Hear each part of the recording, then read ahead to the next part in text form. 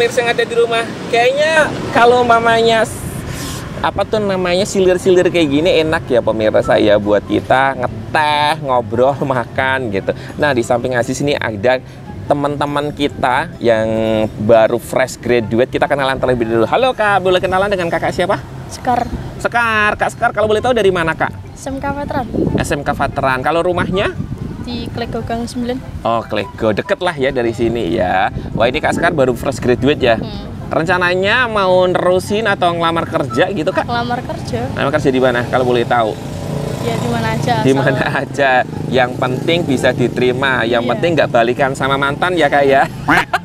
Oke, di sini Aziz lagi ngebahas Kak topik tentang leptospirosis gitu. Kak Sekar pernah dengar nggak apa itu leptospirosis itu? Belum? Belum pernah dengar ya. Tapi tahu nggak leptospirosis itu apa? Nggak tahu. Nggak tahu ya. Padahal tadi udah di briefing. Tapi nggak apa-apa. Aziz kasih tahu ya Kak Sekar ya. Leptospirosis itu adalah penyakit ataupun bakteri yang terdapat di dalam kencing dari tikus gitu. Sudah ada gambarannya? Menurut Kak Sekar nih ya, untuk penularan leptospirosis ataupun bakteri ini melalui apa aja sih Kak? Nggak tahu. Nggak tahu juga. Terus oke, kalau nggak tahu kita skip ya. Kalau Kak Sekar sendiri kan sudah ada bayangan ya, otomatis ini kan bakteri yang disebabkan oleh kencing tikus gitu kan ya, yang ditularkan ke manusia gitu. Biasanya gejalanya apa aja Kak, tahu nggak? Demam. Hah? Demam. Demam, terus apa lagi yang Kak Sekar tahu? Gatel-gatel, terus Dah. kosong mungkin, Iya. dompetnya yang kosong. Oke, demam gitu ya Kak Sekar ya. Tapi kalau boleh tahu nih Kak Sekar, di lingkungan Kak Sekar ada ya nggak sih yang sudah terkena bakteri ini gitu, kasusnya ataupun dengar-dengar gitu? Belum sih. Belum ya, jangan sampai ya, semoga diberikan kesehatan semuanya gitu ya. Tapi Kak Sekar penasaran nggak sih sebenarnya penjelasan dari dokter ataupun ahlinya leptospirosis itu apa, kemudian juga penularannya seperti apa, apakah bakteri ini bisa disembuhkan total gitu ketika sudah menyerang ke manusia? Penasaran? Oke, kalau penasaran kita lihat kamera itu, nanti kita bilang bersama-sama check it out, oke? 3, 2, 1, check it out.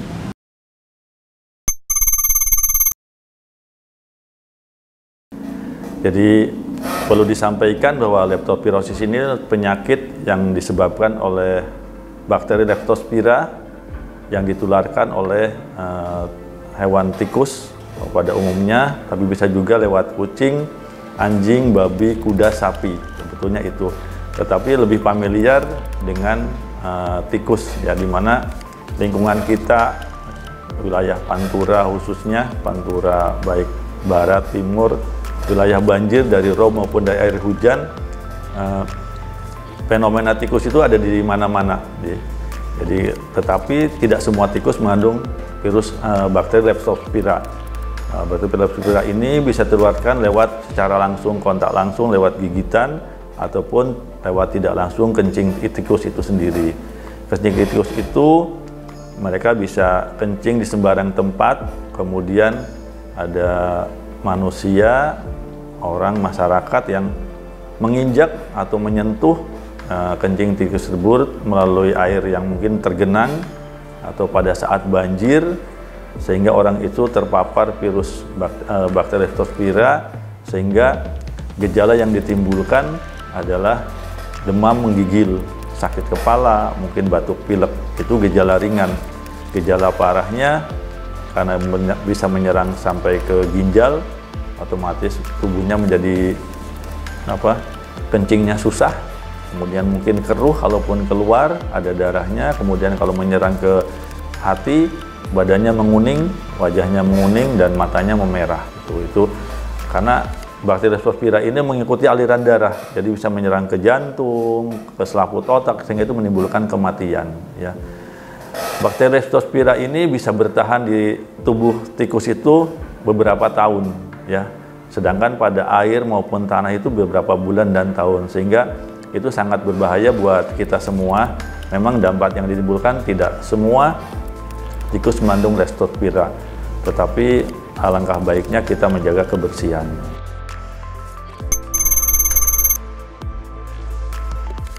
Untuk pencegahan terhadap penyakit leptospira ini, yang pertama kita menjaga kebersihan.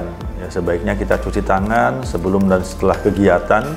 Kemudian kalau kita memang akan terjun ke kegiatan yang tanda kutip berhubungan dengan kotor ya, baik dari sampah, lingkungan, banjir, sebaiknya kita memakai APD, alat pelindung diri, bisa dengan sepatu boot, sarung tangan, sehingga ketika bersentuhan dengan air banjir, rob, ataupun kotoran lainnya, kita tidak terpapar langsung, udah ada proteknya tersendiri.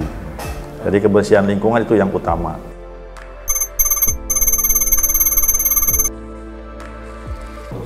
Sampai saat ini tidak ada dinas ataupun UPT yang menanggulangi tikus secara khusus, karena dan tikus mungkin wilayahnya pertanian, mereka bilang, oh kami bukan urusannya tikus. Di depan hewan peternakan juga sama, tidak ada yang ternak tikus kan, seperti itu. Jadi mungkin kita sendiri masyarakat bisa berkreasi, berinovasi.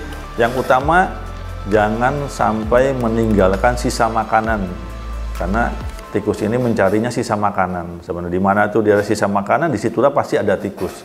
Jalur tikus itu sama satu, karena pada musimnya tikus itu buta.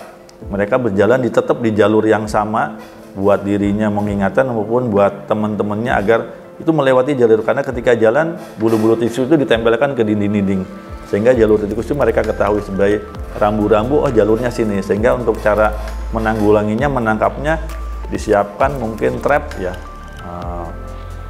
untuk menangkap tikus itu di tempat-tempat tersebut. Jadi harapannya masyarakat jangan sampai meninggalkan sisa makanan. Dan kemudian mungkin rumah-rumah kebersihan, kemudian yang bolong-bolong terutama di lemari, di pojok-pojok, ada sampah, teman itu harap dibersihkan.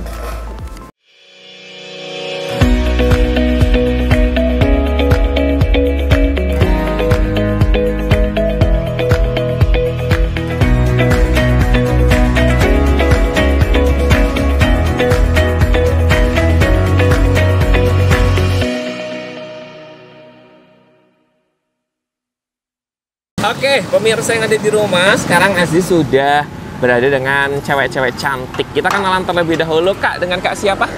Nisa. Nisa, terus? Rara. Rara. Kak Nisa sama Kak Rara kalau boleh tahu di sini lagi ngapain? Lagi nyantai ya, nyantai-nyantai aja. Kalau boleh tahu Kak Nisa ini orang mana?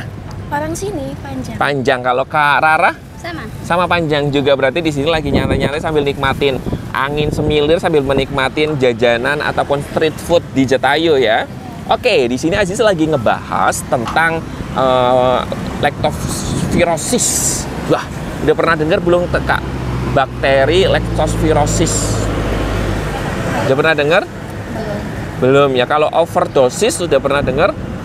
Apa Kak kalau overdosis Kak? Berlebihan kok ya. Berlebihan. Coba Kak, ada lagunya bisa dipraktekkan, overdosis. Gitu nggak sih konsepnya? Oh gitu. Ini beda ya pemirsa ya. Malah joget overdosis. Jadi ini Aziz kasih tahu terlebih dahulu ya. Leptospirosis ini adalah bakteri yang terdapat di dalam kencing tikus. Tapi nggak semua tikus ya yang terdapat bakteri itu. Biasanya bakteri itu bisa menularkan ke manusia untuk apa tuh namanya, kayak menyebar ke organ atau aliran darah gitu. Udah ada gambaran ya berarti ya leptospirosis seperti apa. Nah, menurut Kakak nih, kalau umpamanya seseorang sudah kena bakteri leptospirosis ini bisa sembuh total apa enggak? Enggak. Enggak. Kenapa Kak? Karena kok enggak Kak? Udah ngalirin di darah kok ya. Udah ngalir di darah, jadi bahaya ya Kak ya. Segala sesuatu yang udah ngalir di darah itu bahaya ya Kak ya. Apalagi kalau mamanya mantan kita sudah ngalir di hati, jiwa, lubuk hati dan perasaan, itu bahaya juga nggak Kak? Banget. Bahaya banget. Terus kalau Kak Rara, menurut Kak Rara bisa sembuh nggak? Nggak apa-apa, pendapatnya Kak Rara sendiri aja. Nggak harus bener. Kemungkinan bisa sembuh. Alasannya kenapa kalau menurut Kak Rara kok bisa sembuh? Nggak tahu ya, yang penting yakin dulu aja bisa sembuh gitu ya.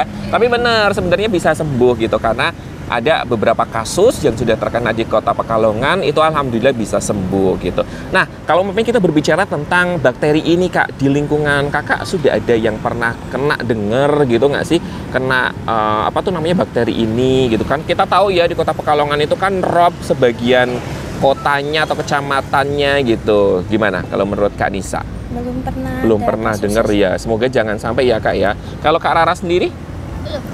Belum pernah juga gitu. Nah, menurut Kak Rara kan biasanya nih kalau umpamanya tikus itu kan identik dengan tidak bersihnya ataupun tidak menerapkan pola hidup sehat gitu ya. Untuk kita mencegah agar terhindar dari bakteri itu kita harus bagaimana? Kak Rara dulu. Menjaga kebersihan. Menjaga kebersihan. Terus ada lagi menjaga pikiran, hati dan perasaan, jiwa dan raga untuk orang-orang yang hanya penasaran saja sama kita gitu ya. Gitu nggak Kak Rara konsepnya? Oh enggak. Terus kalau Kak Nisa, menurut Kak Nisa harus gimana Kak Nisa?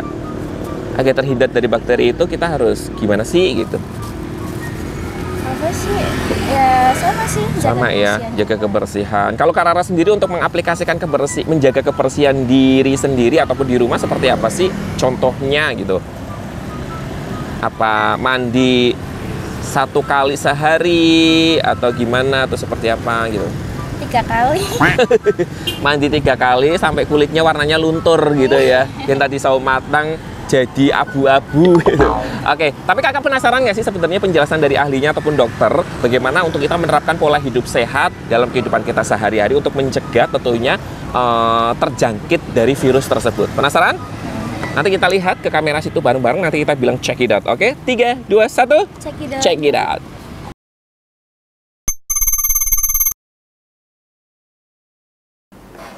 Gejala awal yang ditimbulkan dari bakteri Leptospira tersebut, yang pertama demam menggigil, kemudian otomatis sakit kepala ya, karena demam itu sehingga aliran darah cakupan oksigen ke otak berkurang sehingga menimbulkan nyeri kepala. Selain itu bisa juga batuk pilek yang muncul seperti beberapa kasus yang terjadi di Kota Pekalongan. Kalau hal seperti itu mungkin dengan istirahat atau minum paracetamol yang ada di rumah yang disediakan atau kita bisa membeli di fasilitas umum bisa sembuh. Tetapi gejala itu bisa berdampak lebih buruk apabila bakteri Leptospira ini menjangkau pada organ-organ tubuh, karena bakteri ini bersifat mengikuti aliran darah. Kalau dia masuknya ke saluran hati, otomatis badan kita bisa menguning ya. Badan kelihatan menguning seperti kasus yang terakhir di Kota Pekalongan, kemudian ke ginjal, aliran saluran pengeluaran sekresi air kencingnya itu berkurang, bahkan bisa 1 minggu dia tidak mengeluarkan air kencing. Bisa air kencing itu keluar, bisa mencampur dengan darah, kemudian mata juga memerah, dan yang terburuk kalau bakteri Leptospira ini mencapai ke selaput otak, itu bisa menimbulkan kematian. Nah, kalau gejala pengobatannya otomatis kalau gejala ringan bisa ditangani di rumah, tapi alangkah lebih baiknya ketika timbul gejala dibawa ke pelayanan kesehatan sehingga deteksi dini bisa lebih awal, angka kematian atau kasus lebih buruk bisa dicegah dengan baik.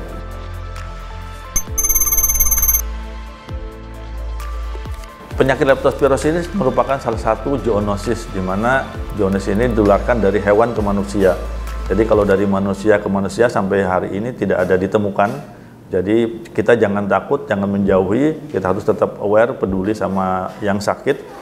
Kemudian mereka penularan dari hewan ke hewan yang muncul. Jadi kalau dari manusia ke manusia tidak ada, makanya tidak semua tikus mengandung Leptospira. Jadi di situ mungkin ditularkan dari tikus yang lain, dia membawa bakteri Leptospira, di ginjalnya dia bertahan dan bisa dikeluarkan lewat air seninya ketika dia kencing atau ketika dia menggigit lewat mukosanya. Jadi kontak langsung dengan manusia lewat kulitnya ataupun lewat air kencing yang disentuh oleh kulit manusia yang dalam saat itu dalam kondisi mungkin luka, sehingga otomatis proses terpaparnya lebih cepat ya.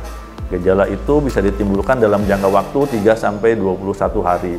Umumnya sih 10 hari muncul gejala demam menggigil, kemudian nyeri kepala, lemes, dan yang khas itu nyeri betis belakang. Itu khas dari penyakit leptospirosis ini.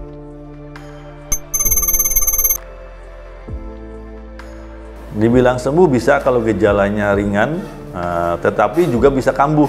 Nah, karena kondisi kemudian dia masih terpapar sehingga kasus kemarin yang terjadi di Kota Pekalongan, kasus keempat selama saya tugas di Dinas Kesehatan 18 tahun ini, kami lakukan survei bekerjasama dengan Balai Besar Laborat Kesehatan, BB Labkesmas Yogyakarta punya Kementerian Kesehatan. Kita survei lingkungan, dilakukan penangkapan tikus.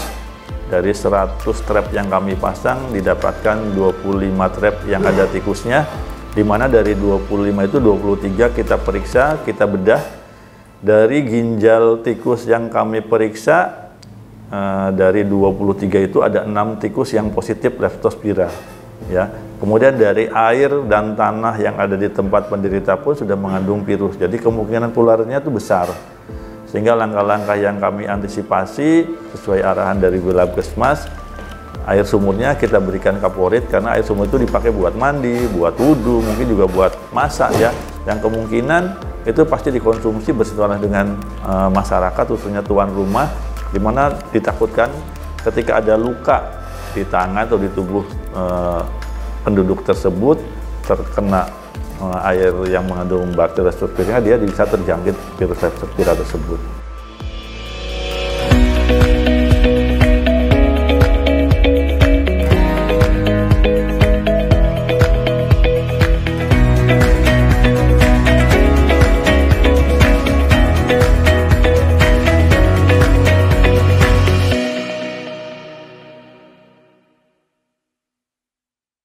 Oke, buat pemirsa, kalau tadi kita sudah ketemu sama ciwi-ciwi, sekarang Aziz sudah bersama dengan cowok-cowok. Ini harmonis banget nih pemirsa, antara ayah dan juga anak jadi satu. Kita kenalan dulu, Mas Bro, dengan siapa? Rafan. Rafan. Ya. Oke, kalau ini ayahnya? Arif.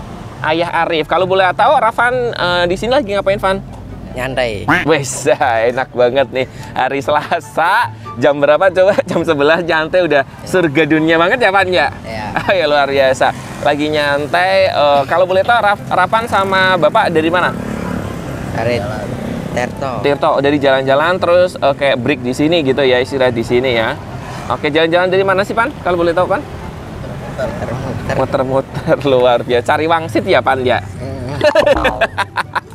Oke, sekarang ini Kak Aziz lagi ngobrolin tentang bakteri apa ya namanya, agak lumayan susah. Kita nyontek dulu nggak apa-apa ya, Pan ya? Leptospirosis, Pan. Lu udah pernah denger belum? Belum. Bakteri pernah Laptop, apa? Laptop. Laptop ya, Bapak pernah dengernya kembali ke laptop. Oke, itu bakteri, Pan. Bakteri yang berasal dari kencing tikus. Itu menurut kamu itu bahaya nggak? Menurut kamu? Bahaya kayaknya. Bahaya kayaknya. Kenapa kok bahaya? Tahu. Nggak tahu ya, yang penting ya bahaya aja gitu kan. Tapi kalau menurut Bapak itu bakteri bahaya nggak sih, Pak? Menurut Bapak? Bakteri dari kencing tikus ya, kotor berarti. Kotor ya, bahaya ya, Pak ya. Terus menurut Bapak itu bisa menular nggak, Pak? Waduh, nggak tahu. Nggak tahu. Sepengetahuan Bapak aja deh, nggak harus benar gitu. Nanti ada yang menjelaskan. Baru dengar hari ini. Oh, dengar hari ini ya. Tapi kalau menurut kamu bisa nular nggak itu bakteri? Nggak tahu. Nggak tahu juga. Terus kamu taunya apa? 1 tambah 1 tahu? Oke, kan biasanya kalau mamanya bakteri itu kan identik dengan apa ya, kekumuhan gitu ya, Pak ya, apalagi kencing tikus ya. Nah, coba dong bagi tips pola hidup sehat dalam kehidupan kita sehari-hari untuk Bapak sendiri seperti apa menurut Bapak? Pola kehidupan sehari-hari. Pola menerapkan hidup sehat. Contoh, bersih-bersih rumah boleh. Terus ada lagi mungkin? Ada lagi, Pan?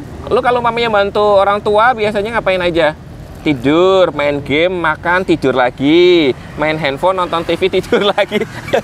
Itu nggak selesai-selesai, nggak hidup sehat, hidup mager-mageran gitu ya. Tapi kalau boleh tahu, Pak, di lingkungan Bapak sudah ada yang terkena bakteri ini apa belum sih? Kan kita tahu ya di Pekalongan kan sebagian daerahnya rob gitu ya. Tapi alhamdulillah belum ya, Pak ya? Belum, jangan sampai ya. Oke deh. Tapi Bapak sama Revan penasaran nggak sih penjelasan dari ahlinya ataupun dokter mengenai bakteri ini? Penasaran? Yuk kita lihat ke kamera bersama-sama, nanti kita bilang check it out. Oke? 3, 2, 1, check it out.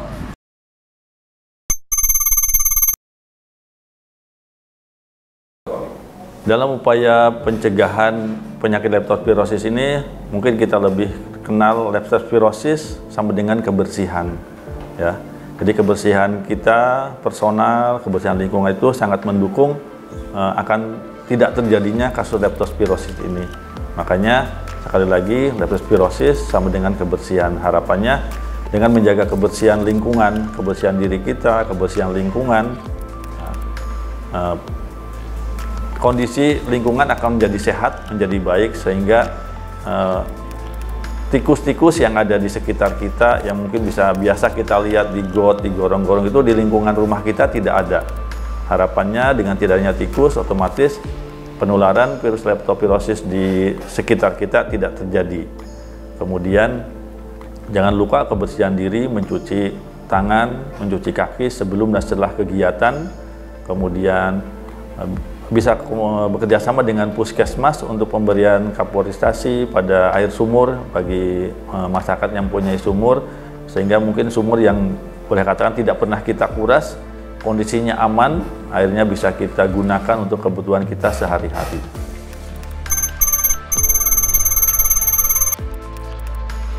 Komplikasi dari penyakit leptospirosis ini banyak sekali, karena seperti tadi disampaikan bahwa bakteri leptospira ini mengikuti aliran darah.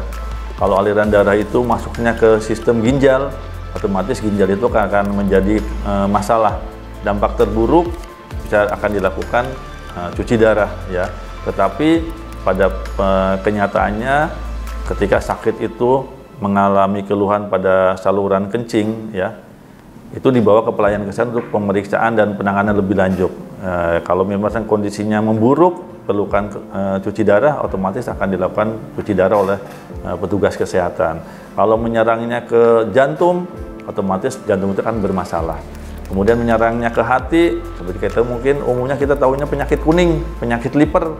Padahal itu diawali dari bakteri leptospira tersebut, sehingga kita lihat orang tersebut wajahnya, badannya kok menguning, matanya juga menguning gitu. Kemudian kalau nyerangnya ke selaput otak, bisa menimbulkan stroke dan juga kematian. Itu dampak terburuk yang harapannya tidak terjadi. Tapi apalah daya, 4 kasus yang terjadi di Kota Pekalongan dari 4, 1 kasus meninggal dunia. Jadi mengingat hal tersebut, mari masyarakat Kota Pekalongan jaga lingkungan. Memang kondisi di kita, wilayah sebagian rob, tapi tidak menyurut semangat kita untuk tetap menjaga. Harapannya dengan semangat kerjasama, sama-sama kita bergotong royong menjaga lingkungan, kebersihan diri dan kebersihan lingkungan, sehingga kita terbebas dari penyakit leptospirosis.